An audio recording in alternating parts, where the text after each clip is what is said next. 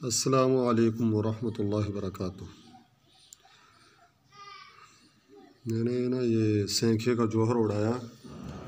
मैंने चलो दोस्तों को भी थोड़ा ना प्रैक्टिकल करके दिखा दें। अक्सर जो सीखने वाले दोस्त अहबाब ना, तो उनको पता नहीं है जौहर कैसे निकालते। ये 2 प्याले हैं, ये देखें। नीचे वाले प्याले में किसी भी चीज़ का जौहर उड़ाना है ना, ये सेंखे को उड़ाया हमने। इस प्याले में नीचे रखा था, वो ऊपर रखा था। ठीक है, ये 2 प्याले। तो निशादर का उड़ाना हो और किसी भी चीज़ का धात का जौहर उड़ाना हो तो 2 प्याले लेने, उनके मुंह अच्छी तरह बराबर हों। मुंह उनके अगर बराबर ना हो तो नीचे ना इस तरह रगड़ कर अच्छी तरह बराबर कर लें, ताकि बिल्कुल भी ज़रा बराबर भी गैब ना हो।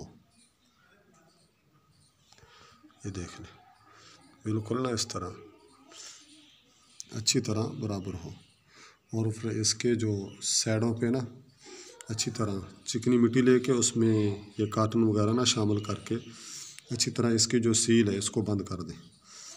और नीचे वाली साइड पे भी आप ना इसको कपड़ मिट्टी कर दें।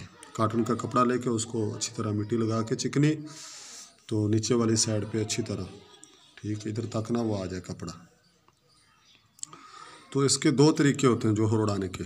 या तो रेत जंतर उड़ाते हैं, किसी तगारे में रेत डाल के उसके अंदर रख दें और उसके नीचे आग जलाएं। तो ऊपर जिस तरह ये देखो, ये तौलिया है, ठीक है। इसको 3-4 ना तय लगा लें।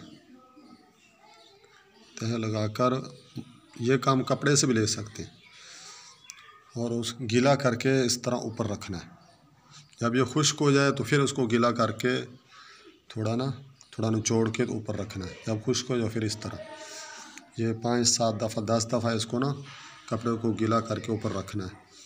तो फिर जब 5-7 दफ़ा 10 दफ़ा कर लेंगे तो फिर आपका जौहर उड़ जाएगा। दूसरा तरीका है, इसको डायरेक्ट भी चूल्हे पर, गैस वाला चूल्हा उस पर रख दे हल्की आंच पे, और ऊपर बार बार ना कपड़ा गीला करके रखते रहें, तो आपका जौहर ना उड़ जाएगा। ये हमने सेंखे का जौहर हासिल किया है, सेंखे का, इसको किसी नुस्खे में इस्तेमाल करेंगे, ठीक है। तो ये तरीका जौहर उड़ाने का इतना मुश्किल नहीं है।